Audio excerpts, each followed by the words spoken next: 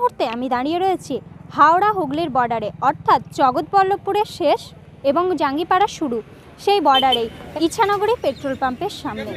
একেবারে জগৎবল্লভপুর এলাকায় বেশ কয়েক মাস ধরে বিভিন্ন ধরনের চুরি ছিনতাইয়ের মতো ঘটনা ঘটায়। তো সেই চুরি ছিনতাইয়ের ঘটনায় ইতিমধ্যেই জগৎবল্লভপুর থানার পুলিশ কিনারা শুরু করেছেন এবং এই কিনারা শুরু করতে করতে এখনও পর্যন্ত কিন্তু বেশ কয়েকটি আসামিও তারা ধরেছেন। এখনও পর্যন্ত কিন্তু চুরি ছিনতাইয়ের মতো ঘটনা ঘটেই চলেছে জগৎবল্লভপুর এলাকা জুড়ে।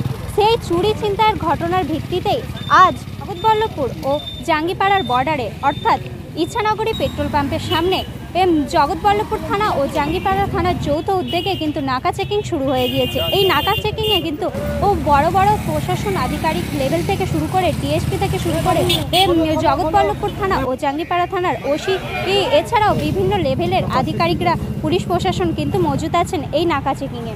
এই নাকা চেকিং কিন্তু শুরু হয়েছে আজ সন্ধ্যে 7টা থেকে এবং এখনও পর্যন্ত এই নাকা চেকিং চলছে। একেবারে জগৎবল্লভপুর থানা এবং জাঙ্গিপাড়া থানার পক্ষ থেকে এই রাস্তা দিয়ে যাতায়াত করা যে সমস্ত গাড়ি, বাইক থেকে শুরু করে 4 চাকা, প্রাইভেট গাড়ি, সমস্ত গাড়ি কিন্তু থামিয়ে নিখুঁতভাবে তল্লাশি চলছে। দেখে নেব সে দৃশ্য।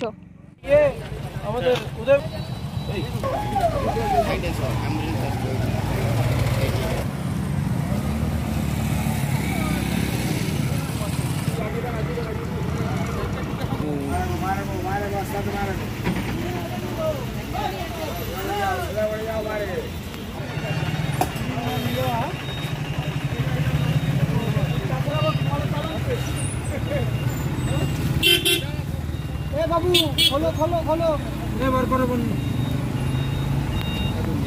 আপনার অধিকার প্রসিকিউশন সার্ভিস থেকে না আসছে ম্যাডাম।